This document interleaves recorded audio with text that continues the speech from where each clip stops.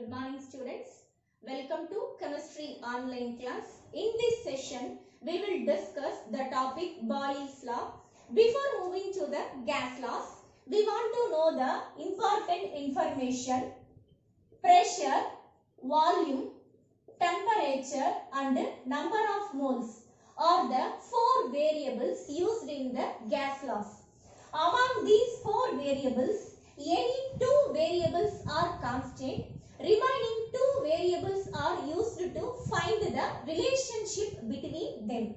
Example, in Boyle's law, we will find the relationship between the pressure and volume of the gases. Temperature and number of the moles are the two variables used as a constant. Robert Boyle, he did a continuous experiments to explain the relationship between the pressure and volume of gases. In his experiment, he used the apparatus is J-shaped tube. The J-shaped tube is completely filled with air. Its one end is closed end and another end is open end. Boyle added some amount of mercury through the open end of the J-shaped tube. The figure A shows the mercury level is equal on both sides. Due to the addition of the mercury on the J-shaped tube, here some amount of the air is trapped. The air trapped volume is represented as V. The pressure exerted by the gas is due to the addition of the mercury is given by the difference in the mercury levels of the tube. I am repeating, pressure exerted by the gas is given by the difference in the mercury levels of the tube. Here, the pressure exerted by the gas is represented as P gas. The pressure exerted by the gas is represented as P gas. Here, presence of the atmospheric pressure.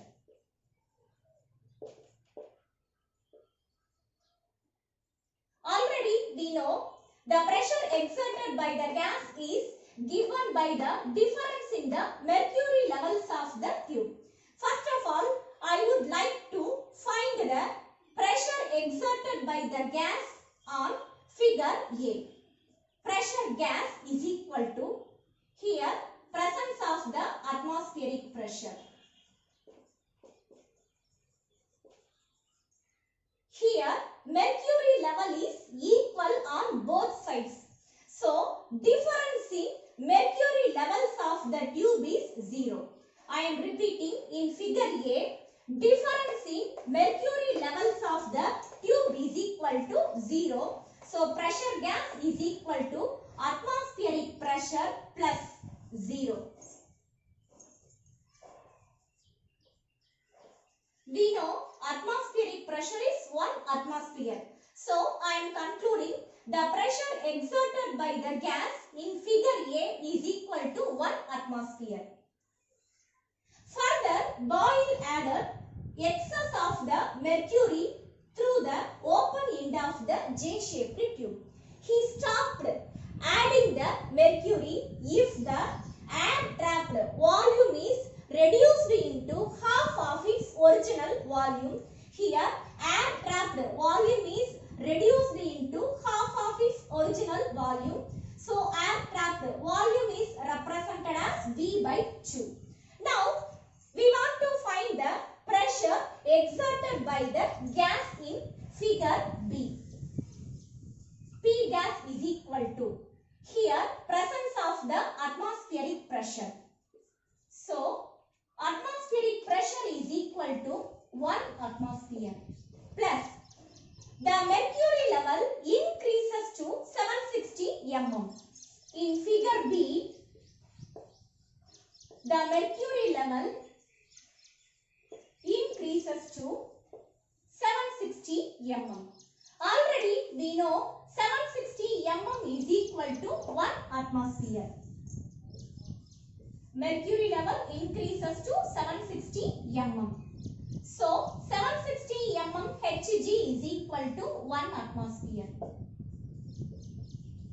In figure D, pressure exerted by the gas, that is P gas, is equal to 2 atmosphere. And then figure C.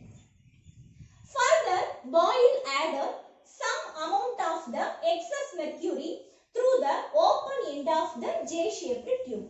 He stopped adding the mercury if the air trapped volume is reduced into 1 by 3 of its original volume. Here the volume is represented as V by 3. In the same time, the mercury level increases to 1520 mm. In figure C, the mercury level increases to 1520 mm. 760 mm Hg is equal to 1 atmosphere. 1520 mm Hg is equal to 2 atmosphere.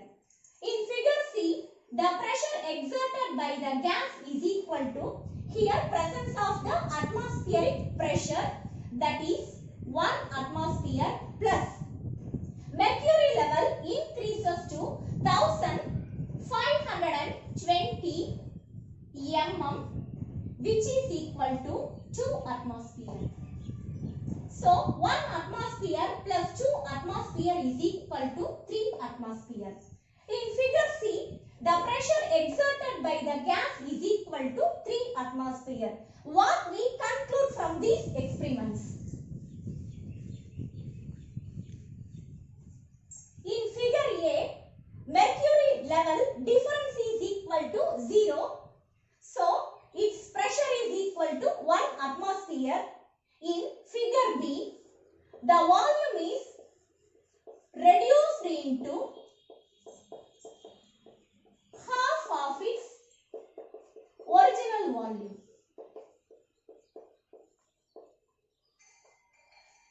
In figure B, the volume is reduced into half of its original volume, that is the volume is V by 2. If the volume is reduced, the pressure is doubled. In figure B, the volume is reduced into half, the pressure is doubled. In figure C, the volume is reduced into 1 by 3 parts, but the pressure is tripled. In figure C, the volume is reduced into 1 by 3rd, but the pressure is tripled. So we conclude volume is inversely proportional to the pressure. From Boyle's experiment, we concluded the Boyle's law, that is, at a given temperature, volume occupied by the fixed mass of a gas is inversely proportional to its pressure. The Boyle's law is, at a given temperature, the volume occupied by the fixed mass of a gas is inversely proportional to its pressure. Its mathematical expression is volume is inversely proportional to the pressure. In this mathematical expression, temperature and the number of the moles are fixed. That is, temperature and the number of the moles are constant. By removing the proportionality symbol, equal to and a constant was introduced. So, V is equal to K into 1 by P. K is the proportionality constant.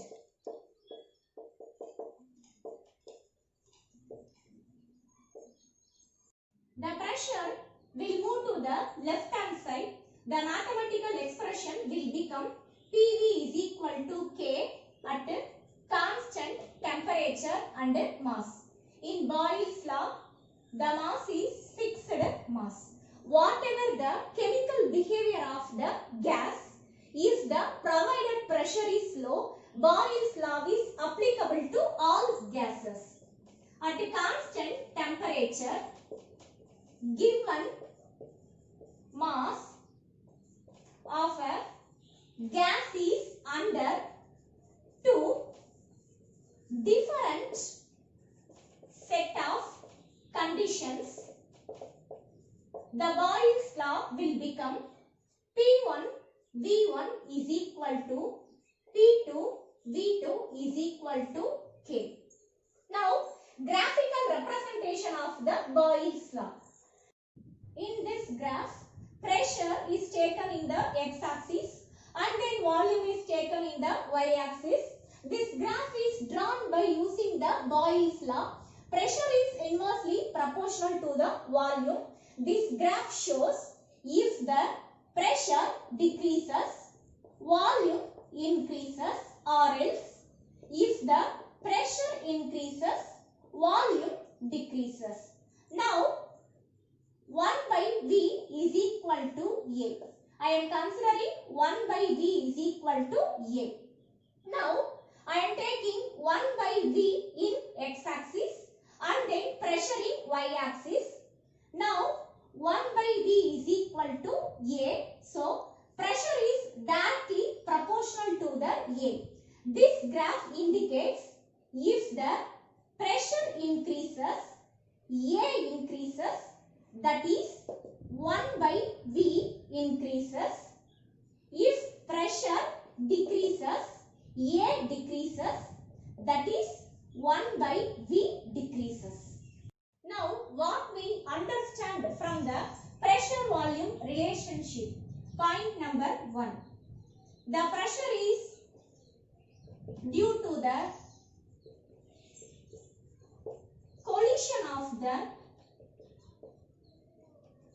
gas particles on the walls of container. I am repeating, the pressure is due to the collision of the gas particles on the walls of the container. If the gas particles are collided on the walls of the container, the collision creates the pressure. Before moving to the second point, let us consider two cases. Both case 1 and case 2, speed of the gas particle is same. The provided time is same for two cases. The time is 2 seconds. In case 1, the gas particles are collided on the walls of the container. Colliding time duration is 2 seconds. In case 1, 6 collision takes place. Now, case 2 indicates the volume of a gas is compressed into half. Case 2 indicates the volume of gas is compressed to half. The gas particles are collided on the walls of the container. Colliding time duration is 2 seconds. In case 2, 12 collisions takes place. Maybe you will have a doubt. Case 1, only 6 collision takes place. Case 2, 12 collision takes place. Case 1, the volume is high. Case 2, the volume is low. That is, volume of gas is compressed to half of its original volume. If the volume is reduced, number of the particles collided on the walls of the container gets increases. That is, case 2 possesses 12 collisions. Number of collisions is directly proportional to the pressure. If number of the collision increases, pressure also increases. Case 1, 6 collision. Case 2, 12 collisions. So, case 2 possesses the high pressure. I am concluding the second point. Volume of a gas is compressed to half of its original volume. The number of the particles collided on the walls of the container increases. In the same time, density is doubled and also pressure is doubled. Now, let us move to the consequence of Boyle's law.